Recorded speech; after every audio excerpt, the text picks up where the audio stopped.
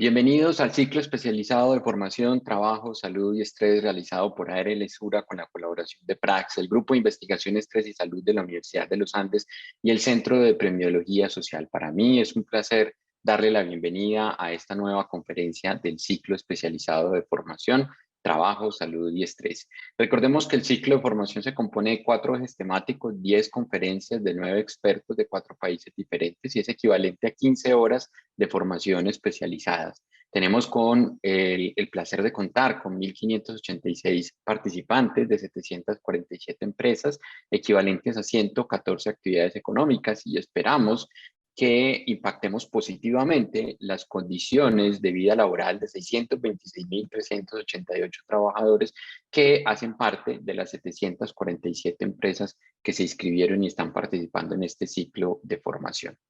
Recuerde que si usted desea escuchar la conferencia en un idioma diferente al original, lo puede hacer. Esta conferencia particular es idioma español, por lo tanto, no habría ningún inconveniente, no es necesario que active la traducción simultánea, pero si usted deseara escucharlo en inglés, también vamos a tener una versión en inglés, por lo cual usted podría activar la traducción simultánea seleccionando el idioma inglés.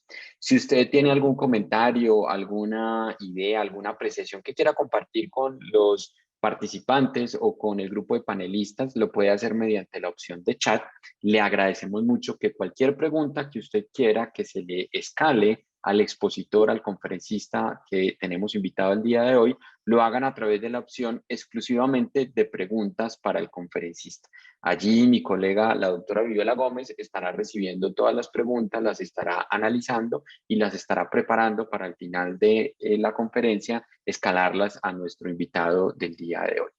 La asistencia va a ser tomada al final del evento mediante un formulario que va a encontrar publicado en el chat. Recuerde que a quien haya asistido a todo el ciclo se le va a dar un certificado especial, a quien no se le entregará un certificado por cada una de las conferencias a las cuales asistió. Y unas horas después de que este evento haya finalizado, va a estar disponible la grabación tanto en español como en inglés en la página web de las memorias.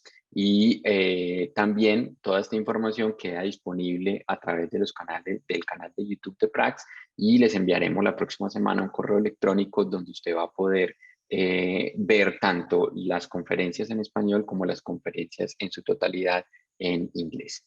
No siendo más, le doy la palabra a mi colega, la doctora Viviola Gómez. Ella es la líder de la propuesta pedagógica de este ciclo de formación y es quien va a presentarnos al invitado del día de hoy. Viviola, bienvenida.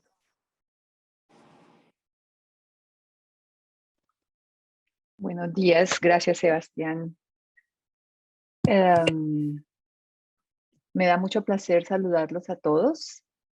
Hoy tengo un placer muy especial en presentar a la persona que voy a presentar. Vamos a tener hoy como nuestro invitado especial a David Hurtado. Como ustedes ven, David es psicólogo y antropólogo de la Universidad de los Andes y como tal y en condición de tal fue mi estudiante en alguna época. Un estudiante, como le decía ahorita, uno de los más brillantes que he tenido en mi larga trayectoria como docente. David dice que yo soy la responsable de que él luego se haya interesado en estos temas y se haya ido a la Universidad de Harvard a doctorarse, a hacer su magíster y su doctorado. Finalmente se ha convertido en un profesor de la Universidad de Oregon, del Instituto Ocupacional de Ciencias de la Salud en Oregon.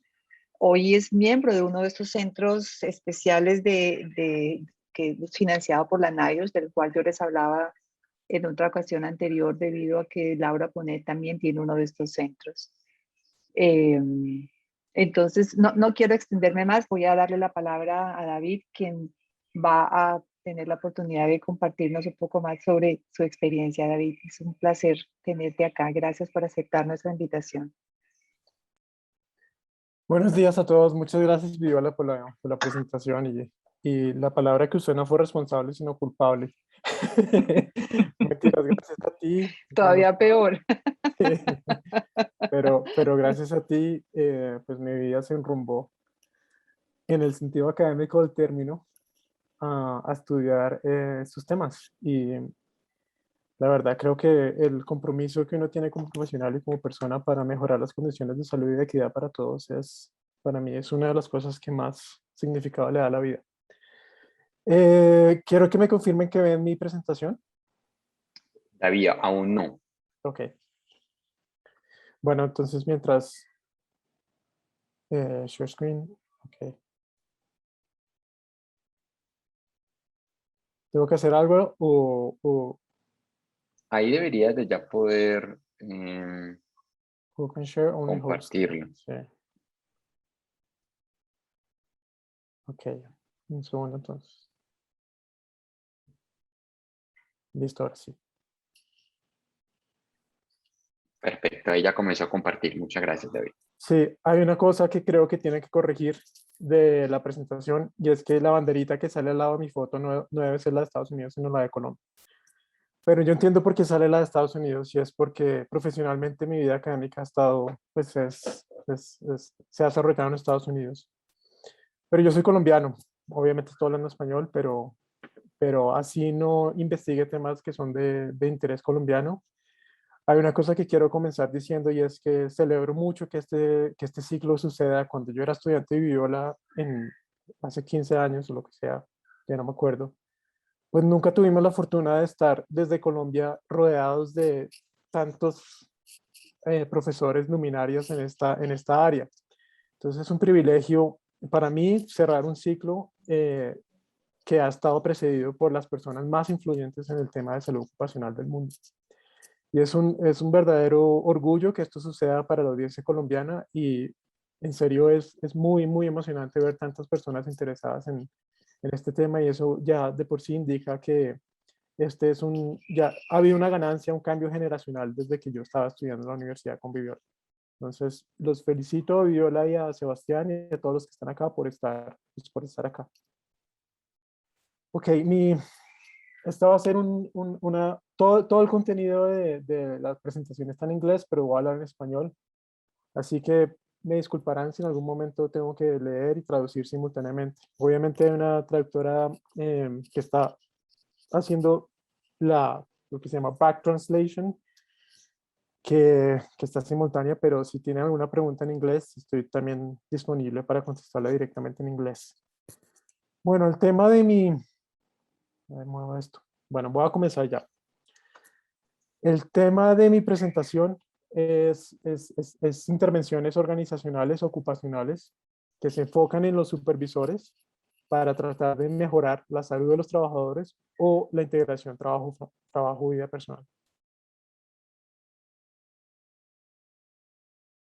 Bueno, acá ya Viviola mencionó un poco de mi biografía, pero solo quiero mencionar que actualmente soy profesor asistente de la Oregon Health and Science University y dentro de esa universidad, en Portland, Oregon, soy profesor del Instituto de Oregon de Ciencias de la Salud Ocupacional y de la Escuela de Salud Pública.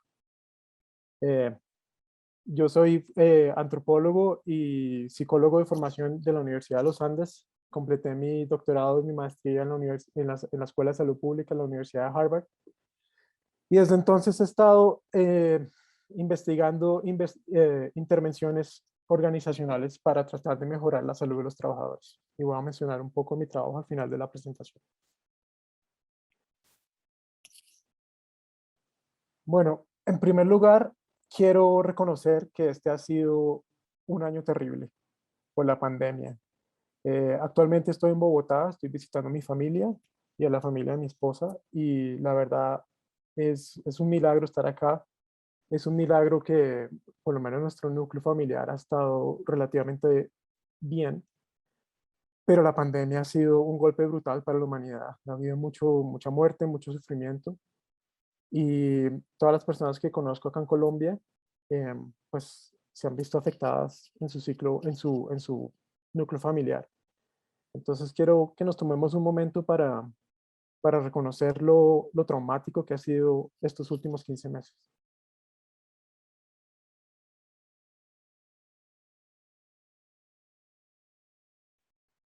Una de las cosas más difíciles desde el punto de vista de salud ocupacional es todos los desafíos y retos que la pandemia ha impuesto sobre la salud ocupacional. Y son retos que han afectado a, pues obviamente a todos los empleados, pero también a los supervisores y a las personas que están responsables de garantizar la salud y la seguridad en el trabajo. Estoy hablando de desempleo, personas que han perdido temporalmente su trabajo, mucha incertidumbre, y es una pandemia que cada mes o cada 3 meses es una nueva situación, está cambiando muy rápido. Y uno de los aspectos que hay que tener en cuenta, ahora que supuestamente en algunos lugares del mundo estamos volviendo a, entre comillas, la normalidad, es que la pandemia ha borrado las barreras anteriores con respecto al espacio y al tiempo. Muchos de nosotros estamos trabajando desde la casa, y eso ha implicado que los trabajadores, especialmente los que tienen responsabilidades de cuidado, sea a menores o a adultos mayores, pues eso ha impactado todo. Y además de esto, nos vemos compartiendo más información, sobre todo en términos de salud, que de lo que hacíamos antes de la pandemia.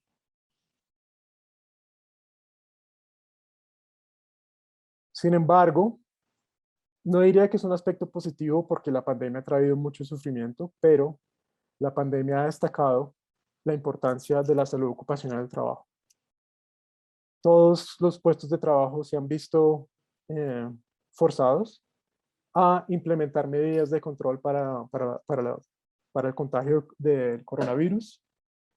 Ha habido una discusión muy, muy importante sobre la provisión de equipo protectivo personal, especialmente en el sector de la salud.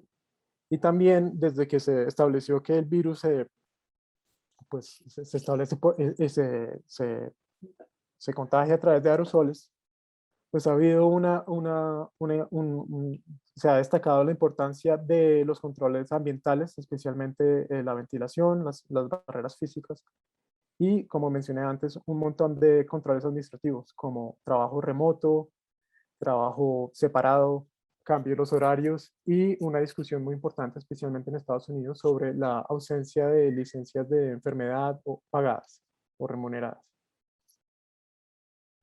Entonces, la pandemia ha forzado muchos cambios en, a nivel de salud ocupacional, y uno de los puntos que hay que tener siempre presente es que la pandemia va a exacerbar los problemas de salud mental en el trabajo, que antes de la pandemia ya eran demasiado altos.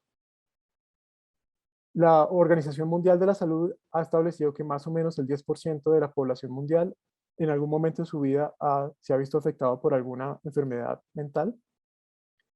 Las enfermedades mentales, estoy hablando de depresión, ansiedad, es una de las causas principales por las cuales las personas dejan de trabajar antes del retiro planeado.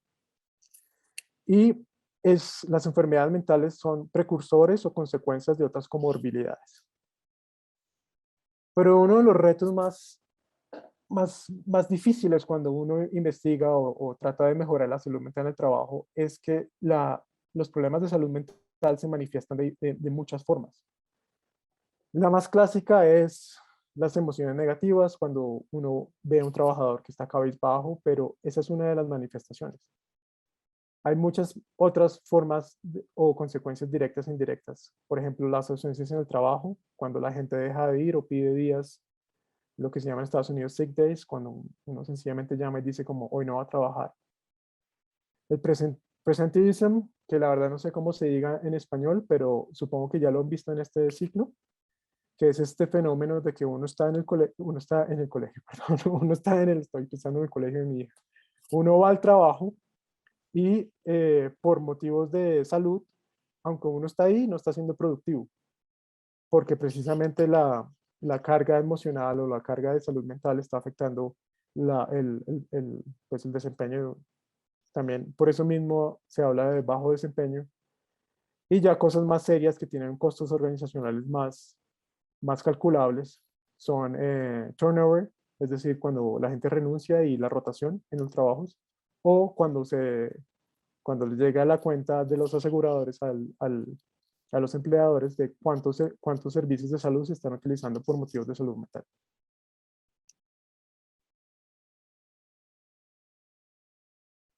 Las siguientes estadísticas son más que todo de Estados Unidos, pero o sea, el costo anual de los problemas de salud mental en el trabajo son millonarios, son 200 billones de dólares anuales. Es una cantidad de plata absurda que excede, por ejemplo, el presupuesto de muchas ciudades principales de Colombia. Un tercio de los costos de salud mental se atribuyen a baja productividad, desempleo, discapacidad y bajo rendimiento. Y otro punto muy importante para tener en cuenta con respecto a la salud mental en el trabajo es que hay un estigma. Es decir, que la gran mayoría de personas afectadas por problemas mentales o no hablan de su condición con otros, no lo, ¿cómo se dice? Disclose, no lo reportan, no lo manifiestan en el trabajo por miedo a retaliaciones, o sencillamente no acceden a tratamiento. Entonces hay un problema de estigma que impide que la gente hable de eso o que reciba el tratamiento adecuado.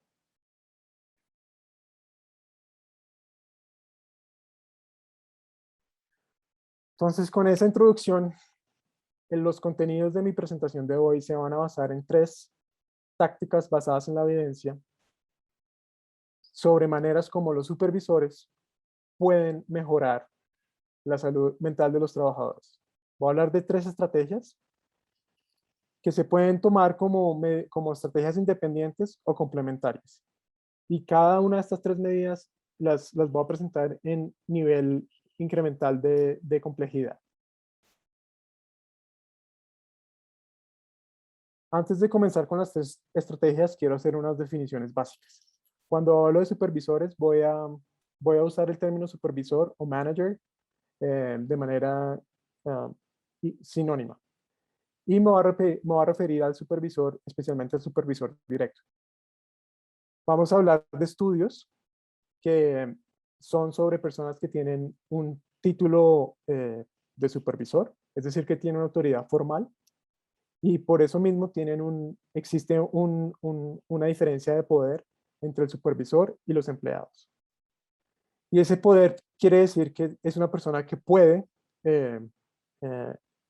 contratar y despedir, y puede determinar las tareas y tiene una influencia directa sobre el estrés de las personas. Pero ese poder, digamos, también incluye unas responsabilidades y un rendimiento de cuentas, especialmente en términos de la seguridad. Un buen supervisor es responsable de garantizar que el trabajo es seguro. Sin embargo, voy a mencionar tangencialmente o muy poco situaciones o estudios donde la intervención se realiza principalmente en los líderes de un equipo, que son importantes, pero que digamos no tienen esa autoridad formal que sí tienen los supervisores. No voy a mencionar estudios, aunque mucho de mis propios investigaciones son basadas en líderes informales, es decir, estos trabajadores cuya reputación tiene un impacto en la seguridad y salud de los otros trabajadores, positivo o negativamente. Y tampoco voy a mencionar estudios que se han basado en representantes de comités, por ejemplo, el Comité de Salud Ocupacional. Sin embargo, voy a hacer un par de comentarios sobre estos 3 temas que voy a dejar, que no voy a mencionar directamente, sino tangencialmente.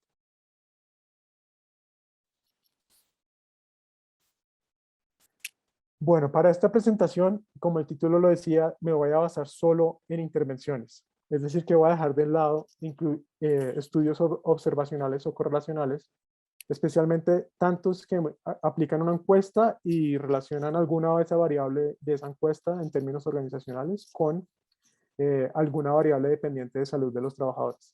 Esos estudios son importantes, pero es mucho más convincente, es mucho más complejo, es mucho más poderoso la evidencia, en mi opinión, que proviene de intervenciones, es decir, esos esfuerzos que investigadores pues hacen para tratar de cambiar cosas en la práctica del trabajo. Entonces voy a hablar de de intervenciones desarrolladas en las organizaciones donde el enfoque es el supervisor, donde algo sucede para tratar de cambiar al supervisor y en consecuencia la salud o alguna otra variable dependiente a nivel del trabajador. No voy a hablar de abordajes individuales para reducir el estrés. Por ejemplo, no voy a hablar de estudios que se basan en técnicas de relajación, técnicas de mindfulness o de, ¿cómo se dice mindfulness en español? Bueno, mindfulness creo que se usa. Ustedes entienden. Mindfulness, sí, no hay traducción, David. De autocuidado y otras cosas de, sí, como de respiración y cuenta hasta 10. Tampoco voy a hablar de estudios clínicos, es decir, donde los trabajadores han sido parte de algún tratamiento clínico. Y los estudios que voy a mencionar son, incluyen como variable dependiente, es decir, se han evaluado en términos del impacto que tienen sobre la salud psicológica de los trabajadores u otras formas que manifiestan pues, los problemas de salud mental. Por ejemplo, si dejan de ir al trabajo o si buscan ayuda profesional. Y gran parte de mi investigación se desarrolla en la industria de la salud y en consecuencia esa es la literatura que mejor conozco, entonces voy a referirme un poco más a esa industria. Entonces, pues es un sesgo pues, que tengo que reconocer. Metodológicamente hablando, como les mencioné, solo voy a mencionar estudios pues, que han hecho una intervención. Trato de mencionar solo estudios que han tenido un diseño experimental, es decir, donde la intervención ha sido asignada al azar, o si eso no es posible, como muchas veces es el caso en ciencias organizacionales, pues otros métodos adecuados, especialmente con condiciones de control. Y ya mencioné que voy a mencionar estudios que intervienen a nivel del supervisor, pero el impacto de la intervención se establece a nivel del empleado, o sea, un diseño multinivel.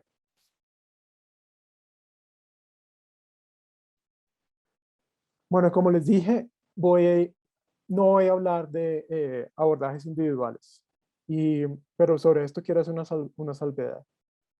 Si cada individuo decide por su cuenta meditar, implementar técnicas de relajación y otras técnicas de mindfulness, pues es algo que en realidad es muy positivo. Sin embargo, lo que no es efectivo es cuando las organizaciones responden al estrés laboral a partir exclusivamente de técnicas individuales. Este es un metaanálisis, perdón, este es una revisión sistemática de muchas intervenciones individuales, pero en el contexto laboral, que demostró que en realidad el efecto es nulo. Y sobre eso quiero hacer la salvedad. Si yo como persona, y de hecho lo hago en mi práctica individual, medito o trato de contar hasta 10 antes de hablar, pues eso es algo muy bueno. La verdad lo recomiendo para cualquier persona. Pero lo que no recomiendo, porque no es efectivo, porque la evidencia lo muestra, es si mi empleador decide que la respuesta al estrés laboral de mi trabajo es que yo cuente hasta 10. Eso no es efectivo. Bueno, entonces la primera táctica es educar o capacitar, entrenar a los supervisores con respecto a la importancia de la salud mental del trabajo. Una salvedad acá. La mayoría de estudios que vamos a mencionar aplican o son sobre entrenamientos de salud mental, pero muchos de esos principios también se pueden aplicar a temas relacionados, por ejemplo, la integración de trabajo y vida personal. ¿Por qué es importante capacitar o entrenar a los supervisores sobre la importancia de la salud mental en el trabajo? Por varias razones. La primera es que los supervisores juegan un papel muy importante en modelar o dar forma a las normas sociales y a las prácticas en el lugar de trabajo. Si uno tiene un supervisor que es compasivo, que entiende la situación personal de cada trabajador, pues digamos que ese va a ser un lugar de trabajo muy distinto comparado con un supervisor que tiene un estilo más autoritario. Sin embargo, también hay que tener en cuenta que los supervisores en sí mismos también pueden ser una de las causas de estrés. Entonces, si uno educa o entrena al supervisor sobre qué causa estrés en el trabajo o qué causa problemas de salud en el trabajo, pues de pronto eso hace que el supervisor caiga en la cuenta y cambie sus propias prácticas. Otro aspecto importante es que los supervisores son los que facilitan o impiden que uno pueda acceder a recursos o a buscar ayuda profesional a través del trabajo. Y, por ejemplo, los supervisores tienen que autorizar permisos, por ejemplo, cuando uno necesita ir al médico, cosas así. Entonces, por eso mismo los supervisores tienen que entender eh, pues, la importancia de la salud mental en el trabajo. Ahora les voy a mostrar una serie de intervenciones internacionales que precisamente han aplicado estos principios para evaluar la salud mental de los trabajadores. Este es un estudio realizado en Australia entre bomberos y personal de primera línea que evaluó el impacto de un programa que se llama RESPECT. RESPECT, acá está, es un ¿cómo se dice? Acrónimo, acronym de, que quiere decir contacto regular, comunicación temprana, comunicación que apoye y que sea empática, que uno ofrezca ayuda práctica y que el supervisor no trate de ser el psicoanalista del empleado, que se fomente que se fomente en la búsqueda de ayuda profesional, que se consideren las opciones y cualquier tipo de medida, pues acomodación cuando una persona tenga que ausentarse para buscar ayuda profesional o cuando vuelva al trabajo después de un tratamiento, y decirles que siempre la puerta está abierta, es decir, que siempre se puede hablar. Este es un estudio que tuvo un diseño experimental donde 128 supervisores de 128 estaciones se asignaron al azar a la intervención, es decir, a este entrenamiento que duró 4 horas y se realizó en cara a cara en grupos pequeños de supervisores. Una de las cosas que me gusta de este estudio es que evalúa el impacto en las horas perdidas de trabajo, es decir, en las horas en sick time. Cuando un bombero llama o pide un día off porque está muy estresado, es un problema obviamente para la persona que está estresada, pero también es un problema para el equipo, porque como ustedes saben, los bomberos no trabajan un horario estándar, sino que trabajan más o sea, en muchos lugares trabajan 24 o 48 horas seguidas. Entonces, si una persona llama y dice que no, hoy no va a trabajar porque estoy enfermo, pues eso afecta la seguridad y la integridad de todo el equipo. Entonces, reducir las horas perdidas es muy, muy importante.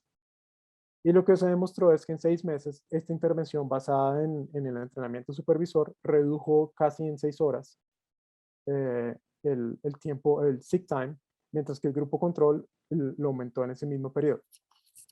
Este es un buen ejemplo de cómo entrenar al supervisor puede reducir una de las formas como se manifiestan los problemas de salud mental y estrés en el trabajo.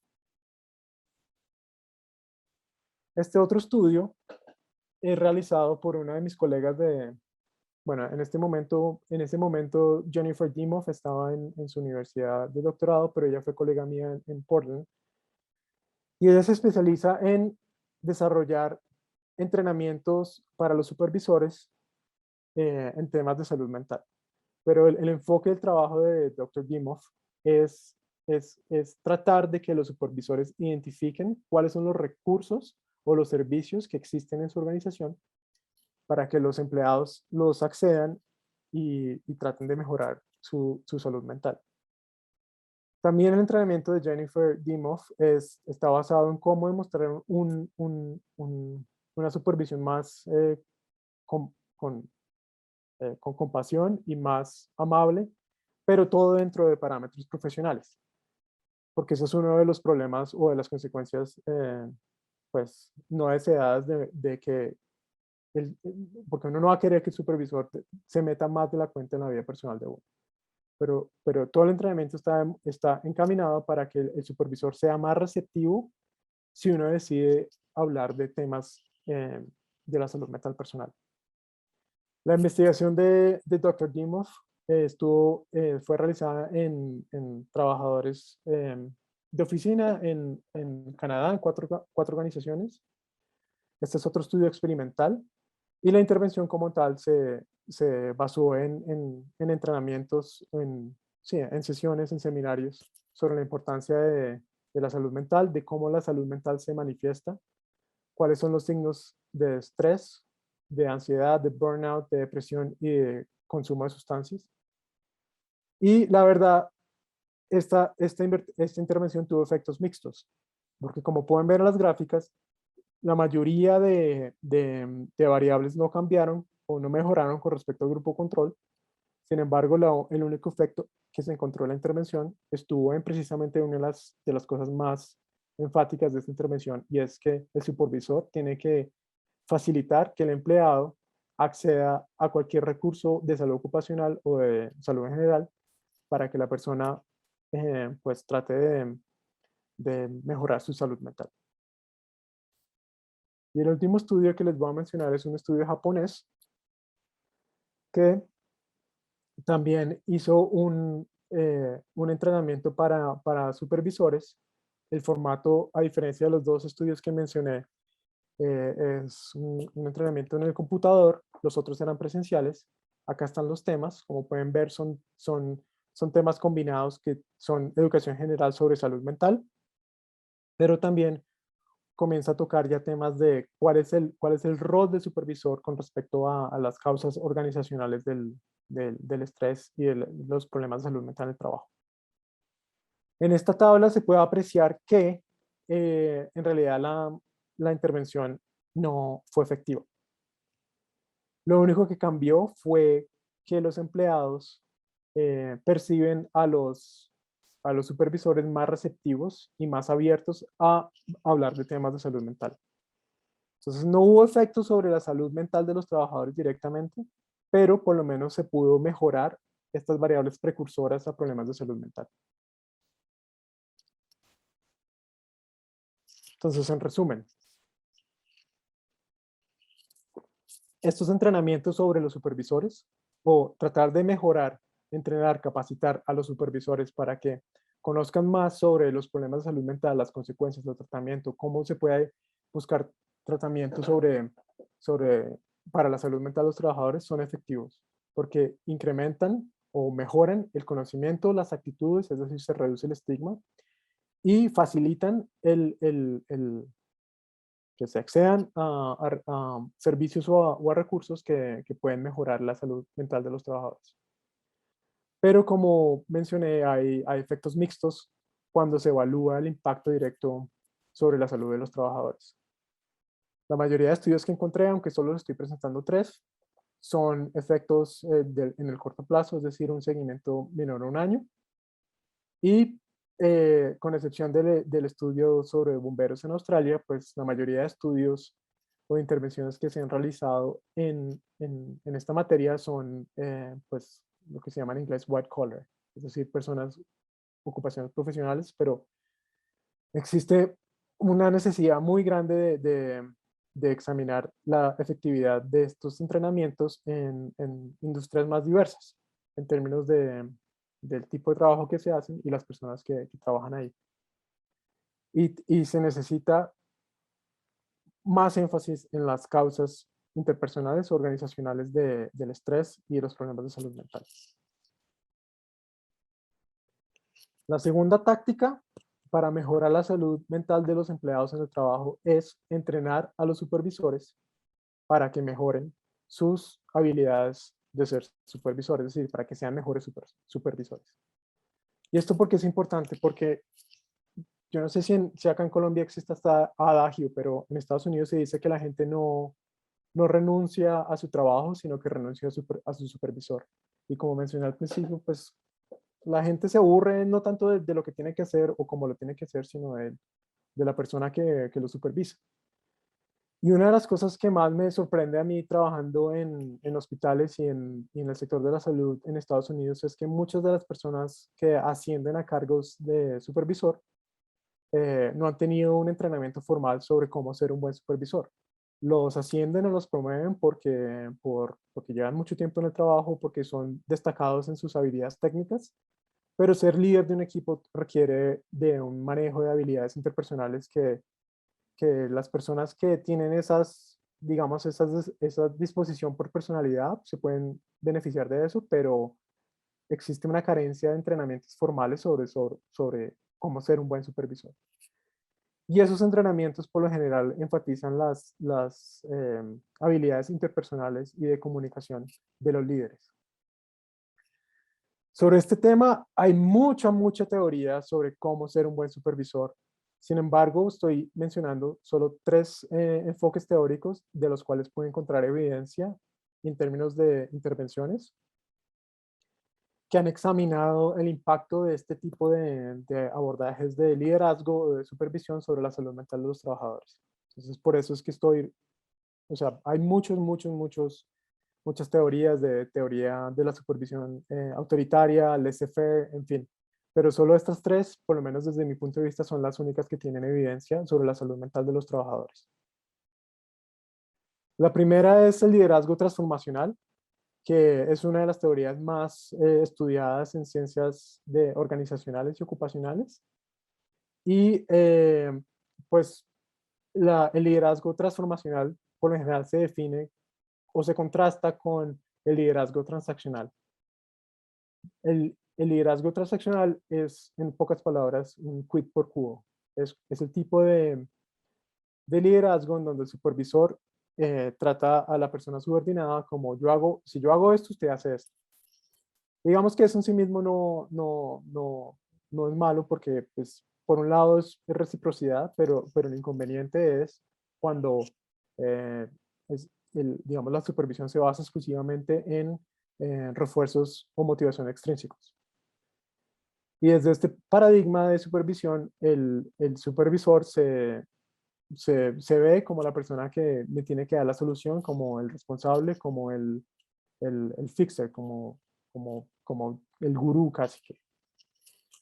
Mientras que la supervisión transformacional enfatiza en los líderes, en el tipo de visión que pueden establecer los líderes, en el tipo se enfatiza más que el logro, el proceso, es decir, los indicadores sí, comportamentales y no necesariamente el logro. Y la idea es motivar, buscar qué motiva a cada trabajador para desarrollar motivación intrínseca y enfatiza mucho en las relaciones interpersonales. Hay mucha evidencia observacional, es decir, estudios que aplican una encuesta en distintas organizaciones donde los empleados describen si su supervisor tiene rasgos más estilo transaccional o transformacional y luego correlacionan los datos de esa encuesta con variables de la salud del empleado. Sobre ese tipo de estudios hay mucha evidencia, pero es más escasa cuando investigadores o consultores tratan de ir a organización, convertir a una persona, a un supervisor que no necesariamente es un líder transformacional, darle un tipo de entrenamiento para convertirlo en un líder transformacional y luego evaluar si el nuevo tipo de supervisión impacta la salud de los trabajadores. Eso es más escaso. Sin embargo, encontré un buen ejemplo que tiene resultados mixtos.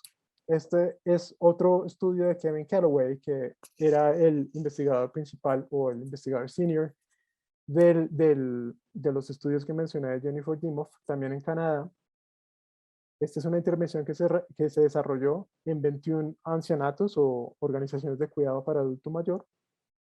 Tiene un diseño experimental donde varios supervisores se asignaron al azar a 3 condiciones. La primera es un taller, un workshop de 4 horas donde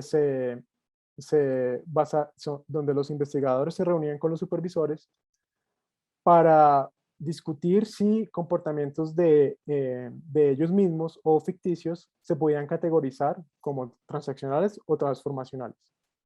Y luego discutir cómo en su contexto laboral, cómo se puede demostrar un liderazgo transformacional. Eso era el taller más o menos que hacían en las organizaciones. La primera condición aleatoria era usar esas técnicas del taller, pero aplicarlas exclusivamente a temas de salud ocupacional. Es decir, cómo ser un buen líder en términos de salud ocupacional y solo en cuanto a problemas que pueden afectar pues, que pueden terminar en una herida, en un accidente, etcétera, etcétera. La segunda condición es los principios de liderazgo transformacional, pero aplicados a áreas generales de la supervisión. Además de la seguridad, también cosas de recursos humanos, de manejo de permisos, de relaciones interpersonales. Y el grupo control sencillamente no recibió nada, siguió con business as usual, o sea, la práctica usual. Esta intervención en realidad no tuvo efectos. Y una de las cosas que los autores discuten es que es muy difícil tratar de convertir a alguien en un líder transformacional, a menos de que ya tenga una personalidad que facilita ese tipo de rasgos. Este es otro estudio intervencional, otra intervención que utilizó principios del liderazgo transformacional para tratar de mejorar las habilidades de los supervisores. Sin embargo, el contexto de esta intervención es como que es para tener en cuenta porque se desarrolló en militares del Reino Unido. Y digamos que la autoridad en el mundo de los militares pues es algo muy importante y ser supervisor ya implica un nivel de autoridad formal mucho más serio que en otro tipo de industrias. Sin embargo, trataron de mejorar las habilidades de liderazgo de estos líderes militares bajo la teoría de liderazgo transformacional. Hicieron talleres donde se observaban comportamientos, se realizaban ejercicios de preguntas abiertas, se daba feedback o retroalimentación a los subordinados y se fijaban metas colectivas. En este estudio, si miran la tabla al final, los soldados reportaron que su resiliencia aumentó, es decir, es como los reportes de qué tanto creen que pueden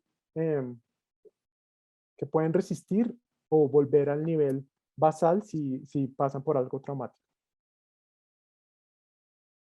Y por último, en las personas que trabajan en salud ocupacional en la industria de la salud de pronto son más familiarizadas con esta teoría de liderazgo, que es la teoría relacional o auténtica, que es algo más reciente que las dos anteriores, y el origen de esta teoría son varios escándalos que sucedieron en organizaciones donde se dieron cuenta que los líderes pues tenían unos comportamientos moralmente reprochables, y por eso se habla de ser auténtico. Liderazgo relacional y auténtico son dos cosas distintas, pero tienen principios muy similares, por eso lo estoy mencionando al mismo tiempo, pero la idea es que uno se enfoca en dos cosas. Uno, sus habilidades, su forma de ser en términos de transparencia. La idea es fomentar confianza, tener mucha autoobservación y mucha autodisciplina. Y desde el punto de vista práctico se enfoca mucho en las habilidades de comunicación, esto que se llama soft skills, que se refleja en dos comportamientos. El primero es comunicación asertiva, y la segunda es, reflective listening, es decir, escuchar con todos los sentidos. Estos son imágenes de una revisión sistemática de estudios en el sector de la salud, y como pueden ver acá, el tipo de intervenciones que aplicaban eran intervenciones basadas en coaching, tratar de mejorar las interacciones interpersonales. La calidad metodológica es mixta, es aceptable, no hay muchos estudios buenos. Sin embargo, estos autores concluyen que este tipo de abordajes muestra que se puede mejorar la salud mental de los trabajadores si se mejoran las habilidades interpersonales de sus supervisores. Sin embargo, cuando uno examina los artículos que fueron revisados, que tienen mejor diseño metodológico, es decir, que usaron un diseño experimental, pues uno encuentra que esas intervenciones no tuvieron efectos. Y por último, la última teoría basada en mejorar las habilidades del supervisor, o sea, volver a un supervisor bueno o mejor, es la de Family Supportive Supervisory Behaviors, que fue desarrollada por una de mis colegas en el Instituto de Salud de Ciencias de la Salud Ocupacional en mi universidad, Leslie Hammer, y esta teoría está basada en la teoría de apoyo social. Hay 4 tipos de apoyo social. El primero es el emocional, y la idea es que el supervisor incremente su forma de demostrar aprecio, de entender, de ser más compasivo, que ofrezca apoyo informacional, es decir, que dé ayuda sobre cómo hacer algo o cómo acceder a algún recurso. Appraisal es tratar de que el supervisor ofrezca retroalimentación al empleado o consejo. Y ayuda instrumental es que ofrezca algo tangible, por ejemplo, otro personal, más ayuda en forma de más gente ayudando al trabajador, más tiempo, herramientas, etcétera, algo tangible. Dentro de esta teoría de FSSB, también se enfatiza mucho que el supervisor tiene que demostrar, tiene que modelar pues, comportamientos y formas de ser en el trabajo, y que tiene que buscar la colaboración de sus empleados pues, para resolver problemas colectivamente. Una de las cosas, estos principios no son solo específicos a la interacción trabajo-familia, sino que pueden ser adaptables a otros tipos de supervisión. Y seleccioné este estudio de Dr. Hammer, donde esto es muy interesante porque los empleados son especiales en cuanto que son veteranos que vuelven a la vida civil, o sea, militares retirados que vuelven a trabajar de civiles. En Estados Unidos los veteranos tienen muchos problemas en la reintegración a la vida civil, y en esta intervención lo que se hizo fue entrenar a cierto grupo de supervisores para que para que apoyen de mejor manera a los veteranos que regresan a la vida civil y que trabajan en sus organizaciones. Acá pueden ver los temas de los talleres. La intervención fue basada en un entrenamiento dado por computador con estos temas. Y además de los contenidos educacionales, se les pedía a los supervisores pues, que tuvieran como un diario para mirar cómo estaban demostrando el apoyo a sus veteranos dentro de la organización. El hecho es que esta intervención, después de 9 meses, encontró que los veteranos que trabajaban en lugares donde ya antes de la intervención, el supervisor era más, como que demostraba más apoyo, la intervención mejoró a esos veteranos. Pero si uno trabajaba en una organización donde el supervisor de base no mostraba ese apoyo, pues la intervención no tuvo mucho efecto. Y eso me lleva al resumen de esta técnica. Entonces, yo, como mencioné, una cosa es lo que muestran los estudios correlacionales, y otro panorama es el que pintan los estudios intervencionales. Hacer una intervención es mucho más compleja que hacer una encuesta y hacer correlaciones de distintas variables. En realidad la evidencia es mixta. Entrenar a supervisores en ser mejores supervisores es algo que puede mejorar a ellos mismos, a los supervisores mismos, pero el efecto sobre los trabajadores es inconcluso. Y eso nos lleva a un sesgo de selección, que los que ya son buenos supervisores van a ser mejores supervisores. Y es mucho más difícil convertir a un mal supervisor en un buen supervisor. En todo caso, yo pienso que esto de soft skills, las técnicas de comunicación, son importantes porque demuestran pues, que el supervisor le importa la salud y el bienestar y la integridad del empleado. Entonces eso fomenta confianza, demuestra los valores de la organización, y esas en sí mismas son fines nobles y son precursores de una buena salud mental. Sin embargo, todo eso se tiene que traducir en acciones concretas, en cambios organizacionales que reduzcan las causas de estrés. Y como mencioné antes, sigue habiendo una necesidad de evidencia en industrias que pues, no son white collar. Y esto me lleva al último punto, y esta es ya la última táctica, que es usar el poder que cada supervisor tiene para tratar de reducir los estresores del trabajo. Creo que a lo largo del ciclo han escuchado ya muchas charlas sobre cuáles son las principales causas de estrés en el trabajo, que incluyen excesivas demandas, exigencias laborales, bajo control, exposición a riesgos ocupacionales, problemas interpersonales, conflicto entre vida personal o vida familiar con el trabajo y precariedad laboral.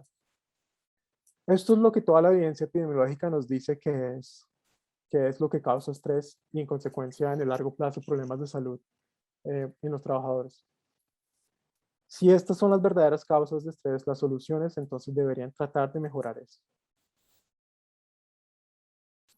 Y estos son precisamente el punto de partida de los enfoques integrados. Este es el paradigma de Anthony Lamontagne, que es uno de los expertos internacionales en salud mental en el trabajo. Y lo importante para tener en cuenta acá es que se ve no tanto, mientras que las otras dos estrategias estaban enfocadas en la persona del supervisor, sea en términos de lo que sabe de salud mental o cómo es sus relaciones interpersonales, acá se concibe al supervisor dentro de un sistema. Y el supervisor es el intermediario entre el upper management, o sea, la gente que en realidad manda, los que tienen el poder sobre la organización, los que deciden cómo se asignan los recursos, para dónde va la organización, y la gente que trabaja en la organización. Digamos que el supervisor tiene ese puente entre esos dos niveles de poder. Y los supervisores, como mencioné al principio, son ese punto de entrada, los que facilitan o pueden impedir en unos casos el acceso o la utilización de recursos que pueden ser favorables para la salud mental.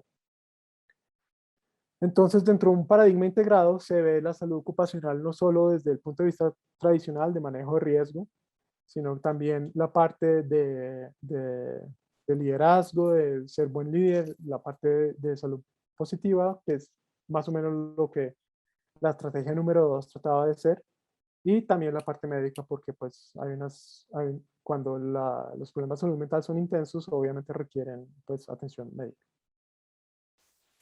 Este abordaje integrado también es la base del modelo Total Worker Health, y creo que ya tuvieron una presentación por Dr. Laura Punet, así que no me voy a demorar mucho exponiendo los principios de Total Worker Health, pero básicamente es la integración de temas que antes no se consideraban parte de la salud ocupacional con los temas que tradicionalmente hacen parte de la salud ocupacional. Sin embargo, como mencioné al principio, la pandemia ha demostrado que no hay nada anticuado de la salud ocupacional, sino que por el contrario, es más vigente que nunca y la importancia de eso es muy, muy alta. NIOSH, desde su modelo de Total Worker Health, trata de que cualquier problema de salud ocupacional, sea una exposición clásica de riesgos ocupacionales o algo psicosocial, se aborde desde la jerarquía de controles. Y ahí está una figura. Esto es ya para terminar, estos son las conclusiones de una revisión sistemática de varias intervenciones organizacionales que se desarrollaron en el sector de la salud basadas en los supervisores. Y para que tengan una idea del tipo de intervenciones organizacionales que se enfocan en los supervisores, que incluyen pues mejoramiento de las habilidades interpersonales, que es lo que mencioné antes, pero esta vez incluye también técnicas para manejar la carga laboral y el tiempo en el trabajo. Un ejemplo más concreto es un estudio que se llama Work Family and Health Network, que fue una intervención multidisciplinaria realizada en Estados Unidos, y una intervención que se desarrolló en el sector tecnológico, y fue una intervención donde se reunieron con los supervisores, se les dio un componente educacional, pero también se hicieron varios talleres para que se redujeran dos cosas, o para que se cambiaran dos cosas, para que cada supervisor estableciera cómo mejorar o incrementar el control de las horas de trabajo de su trabajador, y esto fue antes de la pandemia, obviamente, donde pues la idea de trabajar fuera del horario estándar o desde la casa era un poquito más controversial.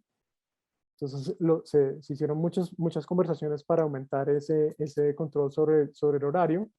Y la segunda es reducir el trabajo pues lo que se llama low value work, que son cosas que quitan mucho tiempo, como reuniones, emails y cosas, pero que no añaden en realidad valor que no avanzan la misión de la organización y que no desarrollan las habilidades de las personas. Esta intervención, al cabo de un año, la efectividad dependía del género de los trabajadores. Las mujeres especialmente se vieron beneficiadas por un tipo de intervención sobre sus supervisores, y especialmente las mujeres que eran responsables del cuidado de niños en sus casas. En otras palabras, si los supervisores que eran más receptivos a mejorar el control horario y a reducir las cosas que no dan valor, esa estrategia mejoró la salud de las mujeres que cuidaban y que eran responsables del cuidado de niños en sus casas. Y ya para terminar, esto es lo que me gustaría que fuera mi aporte en un par de años a este tipo de intervenciones.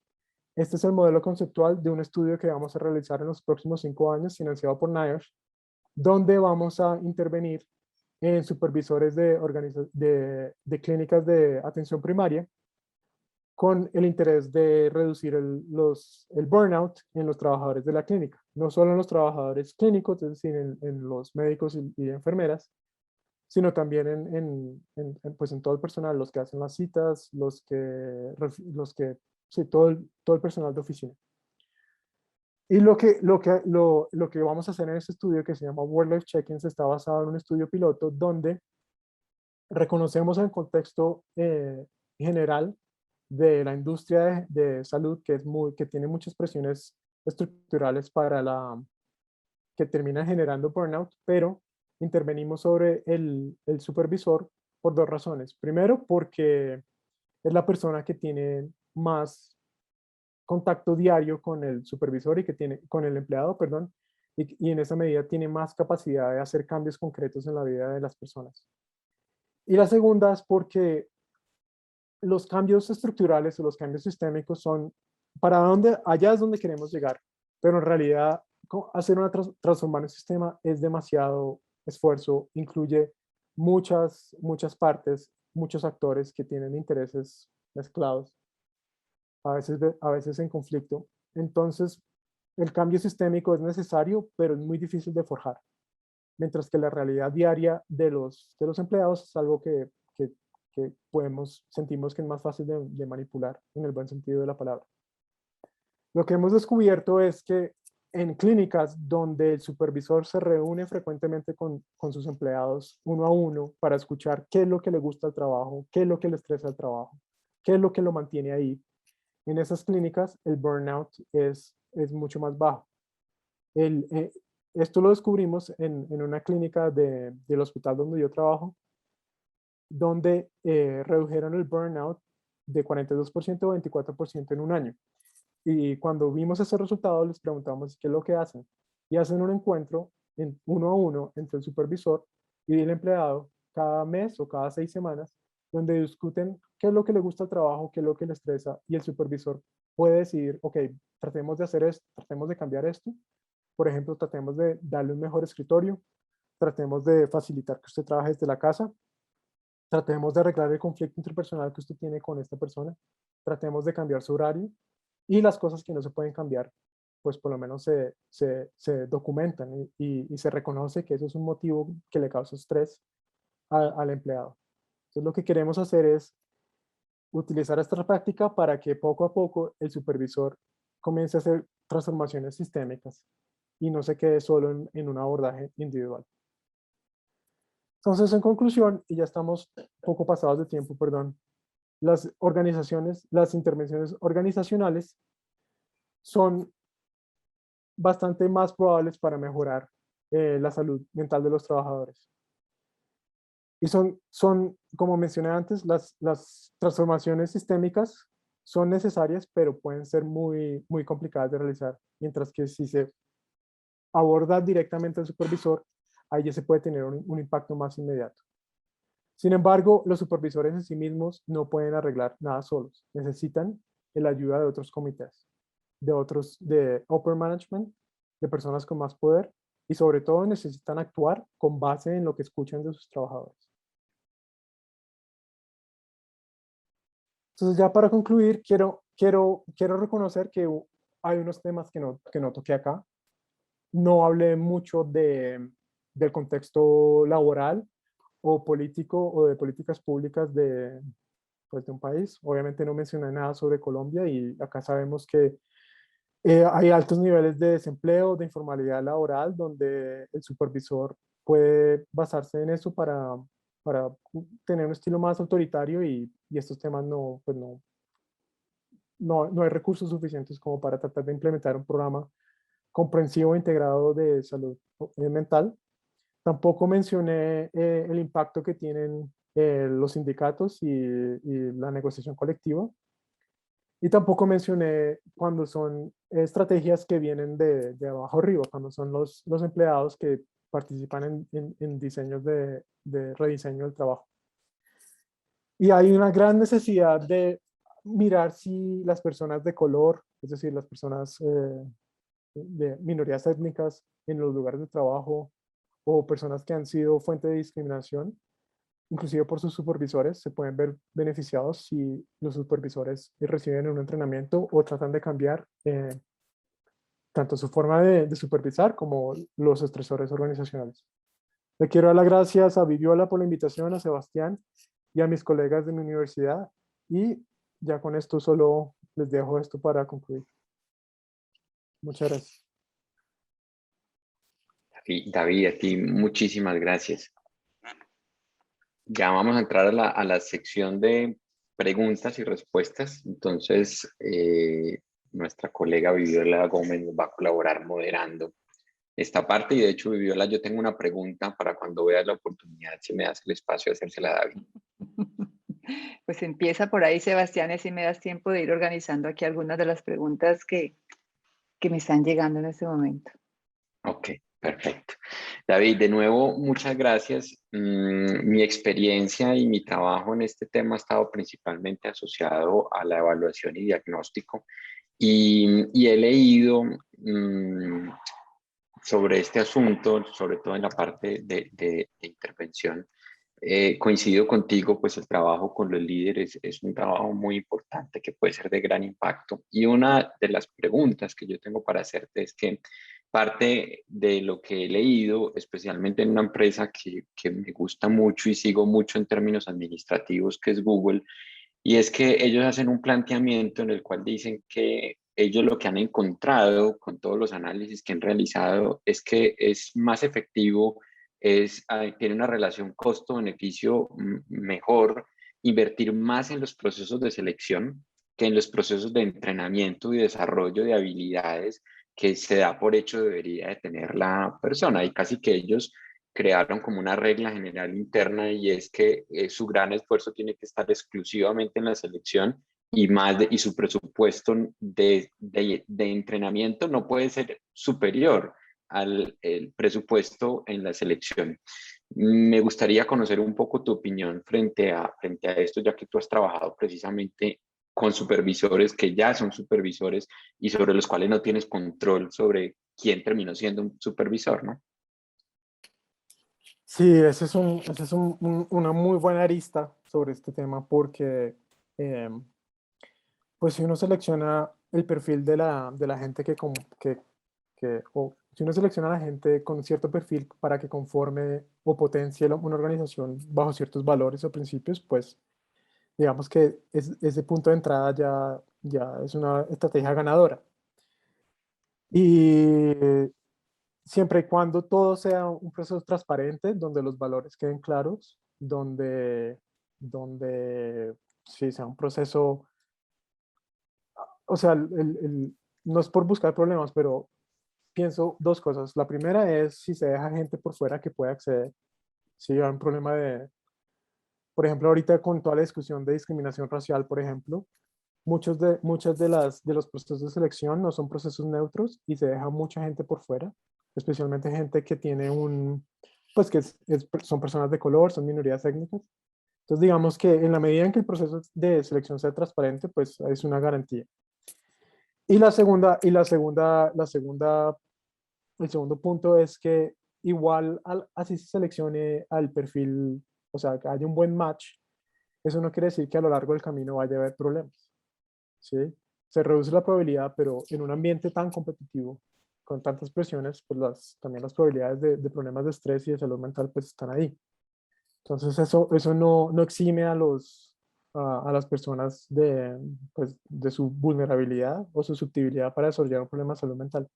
Y ahí es cuando en todo caso se tiene que ofrecer pues ayuda. Vale, David, muchas gracias. Sí. Ok. Bueno, David, aquí hay algunas preguntas, otros son comentarios. Las primeras preguntas que hay creo que tienen que ver con algo que yo quiero destacar de tu presentación y hacerle notar a las personas que tú nos has presentado sobre todo intervenciones que han sido evaluadas, porque es muy frecuente encontrarse que la gente hace recomendaciones y da recetas de hay que hacer esto, lo otro, pero pues finalmente no se sabe qué cosas, porque hay cosas que uno piensa que pueden ser muy buenas o en teoría le suenan a uno que son eficientes o que son la solución, pero en última no sabemos si lo son porque no se evalúan. Y a veces cuando se evalúan cosas como las que tú nos presentaste, de si esto tiene o no efecto, resulta que lo tiene y lo tiene a muy corto plazo o no lo tiene. Entonces, yo lo quiero destacar porque eso es una cosa que no se suele hacer y además aquí hay un par de preguntas que creo que son, digamos, son preguntas abiertas que yo diría que no sé si puedas contestar precisamente porque no sé si hay suficiente evidencia. Por ejemplo, Sí.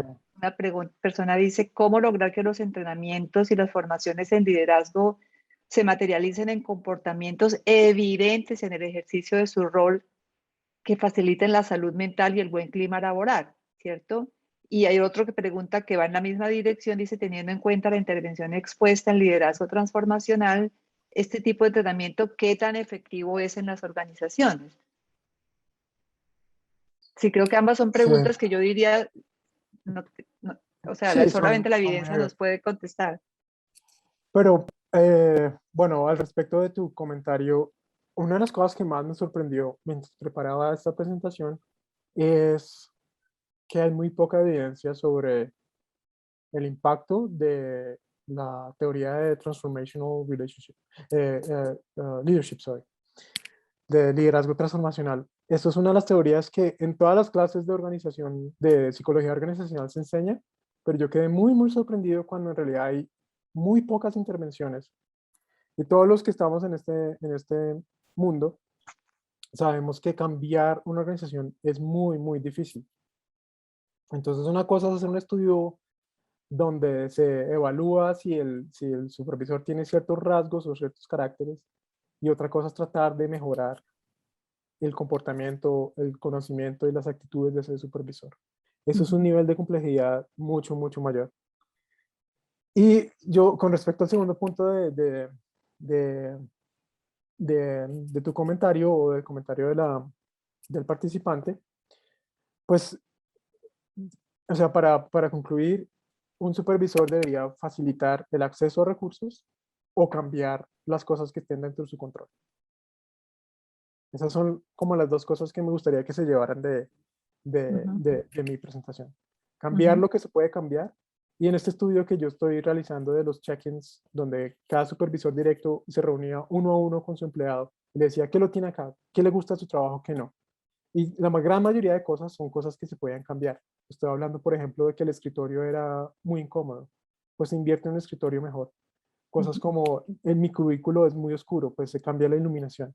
Ya cosas más complicadas como mi traslado de trabajo a la casa es más de una hora, exploremos. Cosas que en realidad no requieren una transformación sistémica de la política pública laboral, donde el Ministerio de Trabajo haga, no, sino que son cosas cotidianas, diarias, que están dentro del control del trabajador.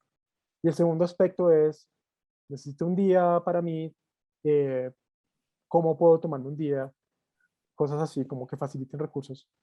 Otro de los proyectos que hice por muchos años tenía que ver con un tema similar, que era licencias de maternidad y paternidad, que en Estados Unidos son escasas, pero algunas organizaciones, como por ejemplo Google y todas las organizaciones pues más prestigiosas en Estados Unidos o con más recursos, pues ofrecen sus propias políticas sus propias licencias de maternidad o paternidad. Y tienen un departamento de recursos humanos que se encarga de eso, pero es el supervisor directo, el que recibe todas las preguntas de los trabajadores cuando tienen que ir a licencia de maternidad o paternidad. Entonces, si se hace un entrenamiento sobre cómo acceder a esa licencia en los supervisores, en lugar de decirles como vaya a recursos humanos, la gente sí la toma, porque la gente Ujú. tiene mucho miedo a que si me voy a tomar una licencia, especialmente los papás, porque por motivos del parto y unas razones biológicas que las mamás biológicas necesitan tiempo de recuperación, pero los hombres, que es muy importante que los hombres se involucren en el cuidado, ¿sí? Ellos no toman porque tienen miedo a las consecuencias, Perder su trabajo. pero si el supervisor lo apoya, le dice Ujú, como, no, eso es un derecho suyo, además es bueno que lo haga, esa ujú, persona sí se toma su licencia. ujú.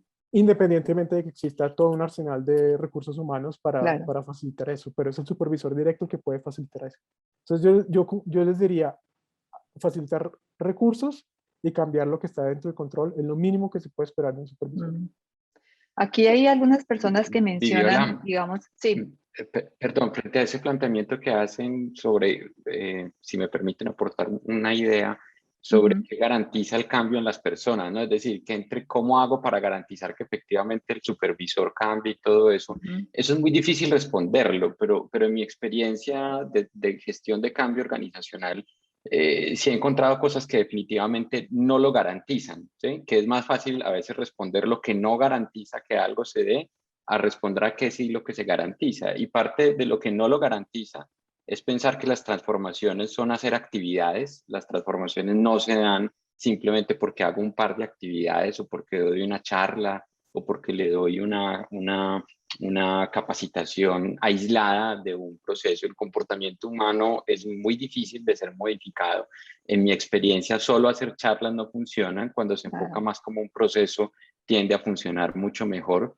Lo Ujú, segundo es que no va a funcionar si no hay un compromiso real y evidente de los más altos directivos y más que un ujú, compromiso verbal, porque yo he participado en muchos procesos en los cuales de palabra el directivo dice una cosa, pero de acto dice otra diferente.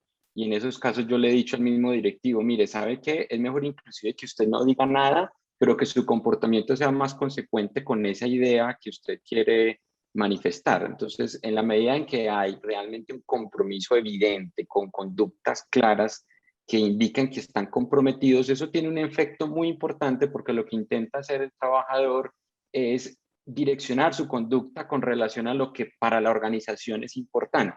Entonces, si para la organización es importante que la gente no se enferme, no se accidente, que la gente tenga un mayor bienestar, yo como directivo tenderé a orientar mi conducta a lograr cosas ujú. de ese tipo. Entonces, definitivamente no son charlas, no es PNL, no es coaching, nada de estas cosas, son procesos de transformación sistemáticos que requieren mucho tiempo de inversión, que al principio van a ser más costosos que el retorno que se va a obtener, pero que en el largo plazo, pues el retorno va a ser mucho, mucho mayor que no llevar a cabo esos procesos de transformación.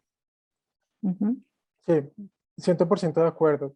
Y esa fue otra de las cosas que me sorprendió y es que la mayoría de evidencia está basada en relaciones interpersonales, comunicativas, ¿sí? Que son importantes porque uno no quiere tener un supervisor que sea hosco, que lo trate a uno mal, que no reconozca su trabajo. Eso es importante, pero también todo eso se tiene que traducir en cambios concretos. Y claro. otra de las cosas que me sorprendió es que muchos supervisores tampoco tienen como el bagaje para, por ejemplo, hacer un programa de cambio.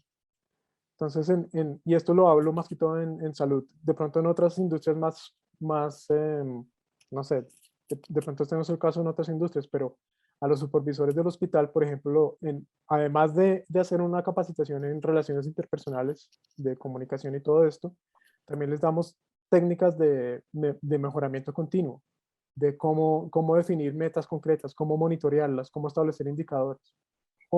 Y todo por escrito, documentarlos, como para que haya esa rendición de cuentas, porque lo que uno habla, pues se queda en el aire.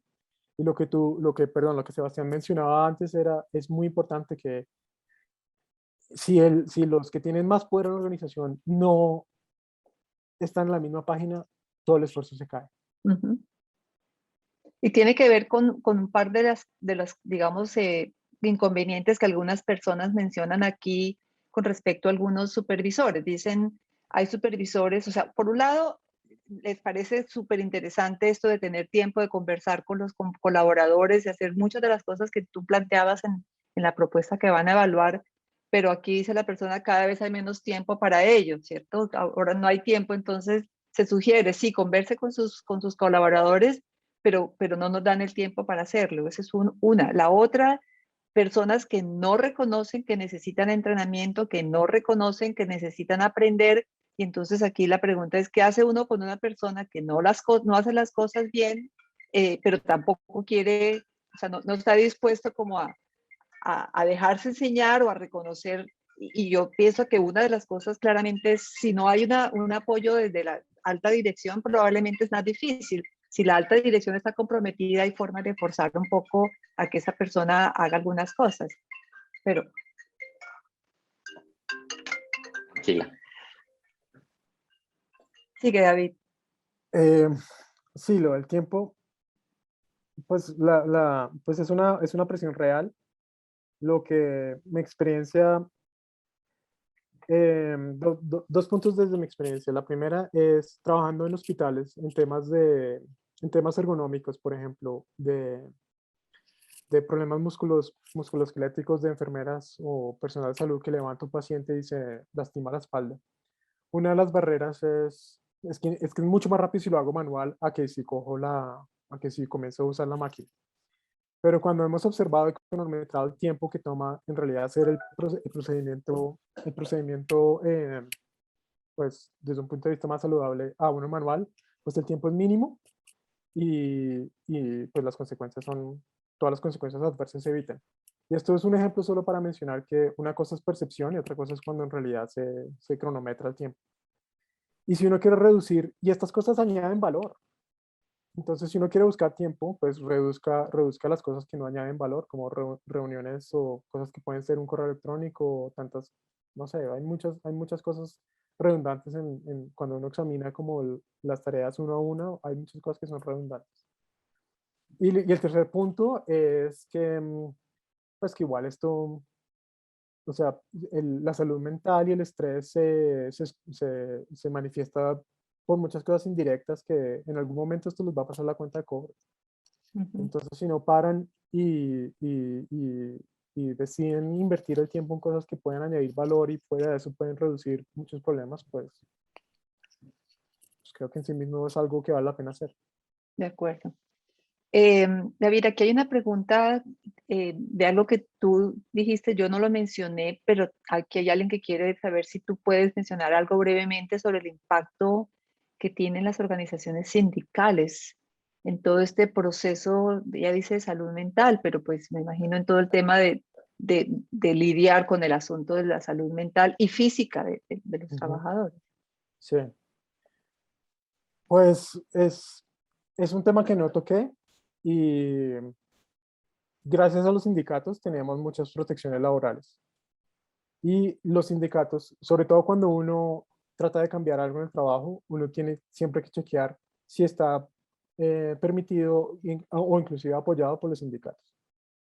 Muchos de estos cambios, por ejemplo, un ejemplo que les puedo dar de mi estudio en los hospitales, muchos cambios en los horarios de trabajo no se pueden hacer porque el sindicato ya pactó una cantidad de horas que se tienen que respetar y no se pueden reducir, a pesar de que los miembros quieren. Entonces, lo que quiero mencionar es que los sindicatos como que ciñen un poco el terreno para negociar. Y cualquier cosa que uno tenga, pues mi opinión personal es que uno siempre tiene que pues, estar chequeando con el sindicato cuáles son sus perspectivas, sus políticas, porque eso delimita lo que se puede cambiar y lo que no se puede cambiar, especialmente las cosas que tienen pues repercusión en el salario de los trabajadores. Por ejemplo, reducir o aumentar la jornada laboral. Entonces, eso es lo único que quiero mencionar, como ellos, los sindicatos y ciertas organizaciones están, pues, el margen de maniobra depende de lo que es, de lo que es permitido dentro de la negociación colectiva. Ujú. Pero gracias a los sindicatos tenemos, pues, muchas protecciones laborales. De hecho, hay muchas cosas que se han logrado porque hay los sindicatos, porque, pues, digamos, no pueden ser peleas individuales. Una persona sola no puede lograr ciertos cambios en el trabajo, mientras que cuando hay la presión, que es lo que muchos atribuyen en Europa, que gran parte de que las condiciones laborales en Europa sean una de las mejores del mundo es debido a la presión y al trabajo de los sindicatos, mientras que los sindicatos han sido estigmatizados y considerados negativos en general en muchas partes del mundo y prohibidos, y la gente habla de sindicatos como con temor. Bueno, pero no es el tema. Hay dos preguntas que hay, David, con respecto a si tú tienes alguna sugerencia, una de una encuesta o forma de evaluar a los líderes, y dos, si tú puedes ofrecerle a las personas algún tipo de literatura para que profundicen más sobre el tema de los liderazgos. Sí, y yo puedo compartir eso a través de Sebastián o contigo. Es mucho más fácil de esa manera. Pero es lo que les digo, es sobre liderazgo, hay mucho escrito, pero lo que no hay tanto es evaluaciones de programas con evidencia sobre, es que cambiar un líder es muy complicado. Por eso yo pienso que a menos de que sea conocimiento, pero cambiar o sea, convertir a un mal supervisor en un buen supervisor es casi que una causa perdida. Mm. Entonces, en esa medida es mejor tratar por otro lado. Mm. Sí, yo David, tengo perdón, rápidamente iba a mencionar la evidencia de que a veces los supervisores no son malos porque quieran ser malos, sino porque nunca les han abierto los ojos sobre el impacto que tiene su comportamiento en otros. Digo, mi experiencia durante muchos años que fui miembro del comité de convivencia de la universidad donde se estudian, David, yo no sé si tú lo conoces, en Colombia la ley establece que las organizaciones deben tener un comité de convivencia para estudiar los casos de posible acoso, ¿cierto? Donde se estudian las demandas de posible acoso. Y en nuestra experiencia, casi siempre los problemas en que la gente se sentía acosada eran problemas con los líderes. Pero la mayor parte de esos casos eran líderes a los que si tú les hacías caer en cuenta de que las personas podían tener una percepción de su comportamiento distinta a la que él pensaba, como decían, Virgen Santa, yo ni siquiera me había enterado de esto, yo no sabía.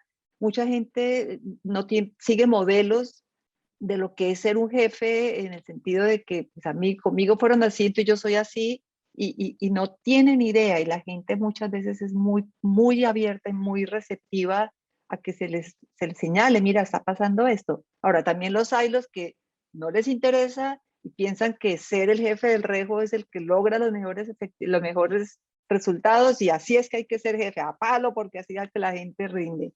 ¿Cierto? Pero eso mi experiencia, por lo menos en estos 8 años que fui miembro del comité de convivencia, fue que no era la mayor parte de los casos. Entonces, sí, yo creo que, como tú lo señalas, cambiar las personas puede tener algún impacto, pero no es el mayor ni necesariamente el más efectivo, pero se puede intentar algo. ¿Sí? sí, Ok. yo coincido con lo que tú planteas, Viviola, y la documentación que nos comparta David para conocimiento de todos, la dejaremos en la página web de las memorias. Entonces, la bibliografía y todo esto, David, que nos puedas compartir, allí a todos los asistentes les compartimos que estará disponible en cuanto David nos la envíe. Ok, nos quedan 4 minuticos y voy a suspender las preguntas porque digamos que la mayor parte de las cosas que hay más aquí son más comentarios de agradecimiento digamos, de ofrecer ejemplos de lo que estás diciendo, en el sentido de que comparten muchas de las ideas que has presentado. Pero como hoy es nuestra última sesión y nos quedan 3 minutos, yo quisiera aprovechar este momento un poco para para hacer una pequeña reflexión o un pequeño recorderis para nuestros participantes. Yo quiero como resaltar 4 cosas que nosotros quisimos destacar durante este ciclo de formación y que fueron presentadas a través de las diferentes conferencias, pero rápidamente la primera es un poco el asegurarnos y el darnos toda la evidencia de que el estrés de origen psicosocial en el trabajo realmente puede generar problemas serios de salud física y mental.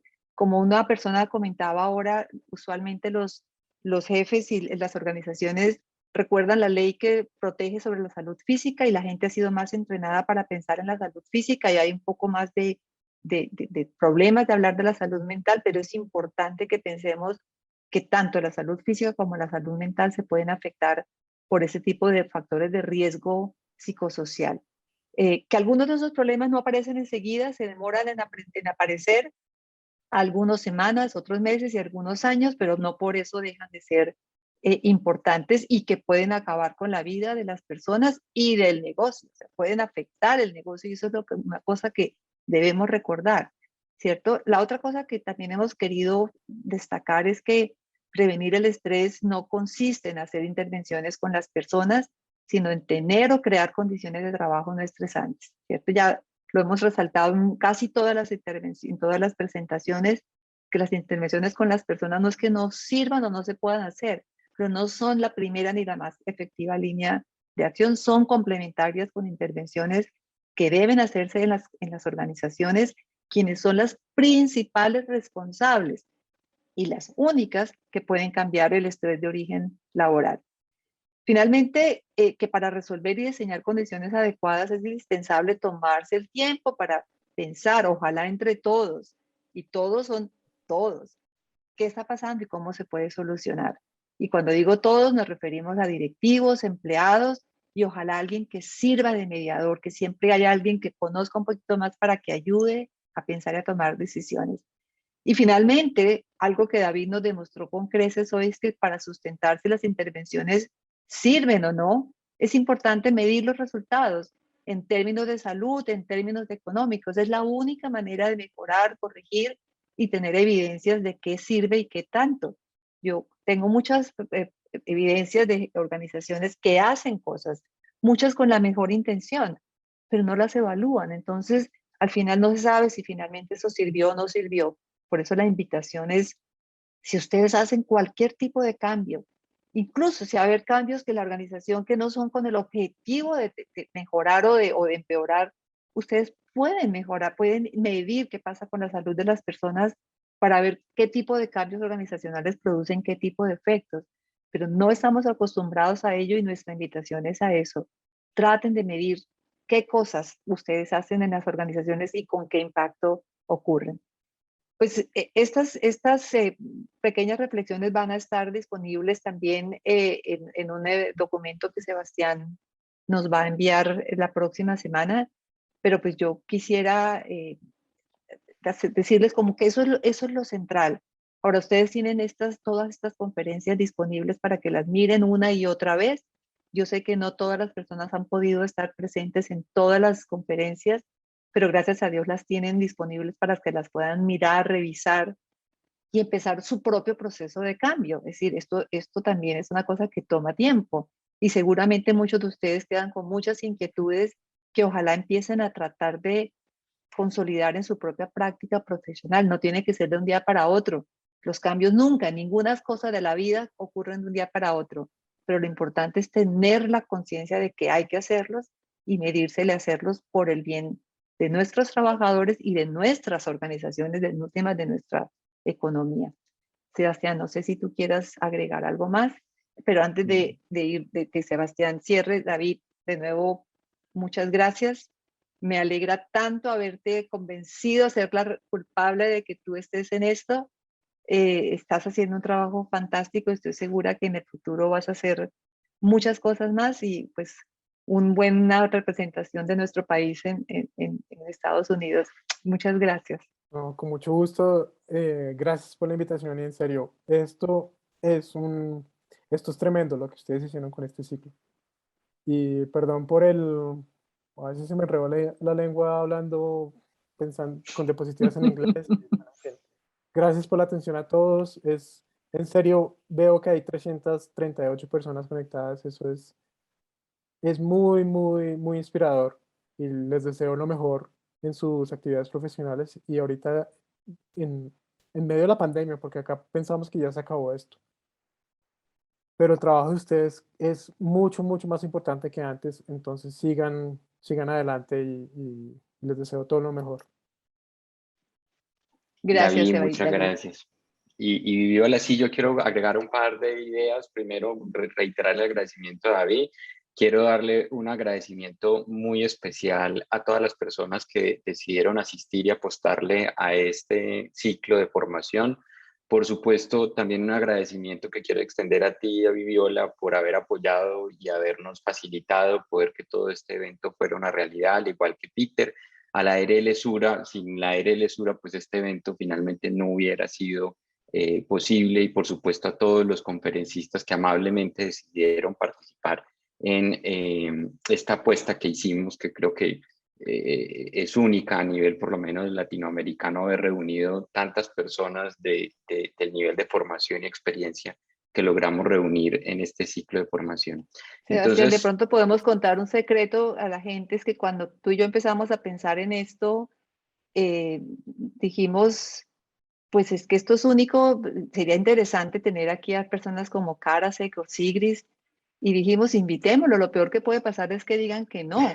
Y resulta que estas personas encontraron que lo que estábamos pensando era tan único y tan especial que aceptaron. Es decir, nosotros fuimos los primeros sorprendidos de que personas que sabemos que son, digamos, las personas que más, tal vez más buscadas en estos temas a nivel mundial por todo el trabajo que han hecho previamente, sacaran el tiempo y aceptaran participar en esto con la condición de que les permitamos conectar todas estas conferencias con sus propias páginas, porque ellos creen que es importante lo que estamos haciendo y que esto va a permitir educar no solamente gente en Colombia, sino en muchas partes del mundo. Entonces, Karasek, Sigris, Laura, Peter, todos están conectando el ciclo de conferencias con otras páginas en todas partes del mundo, de manera que mucha gente que habla español e inglés pueda tener acceso a esta información que hemos transmitido acá, de manera que, pues eso era un secreto aquí que teníamos nosotros, sí, pero ya lo saben otros.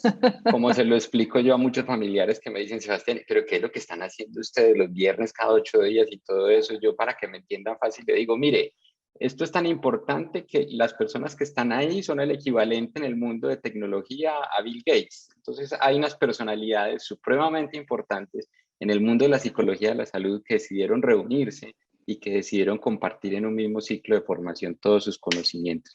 De ahí la relevancia de este, que esperamos no sea el primer encuentro, sino que sea el inicio de muchos encuentros más que tuvimos, y que efectivamente quede todo grabado y disponible para que ustedes lo puedan ver las veces que sea necesario.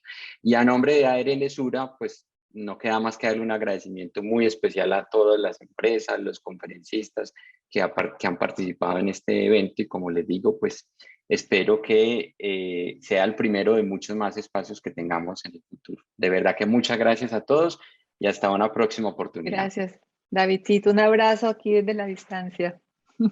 Vale, muchas gracias. Saludos a Chao. todos. Chao, chao. Chao, Buen muchas gracias. trabajo. Chao. Chao. Goodbye.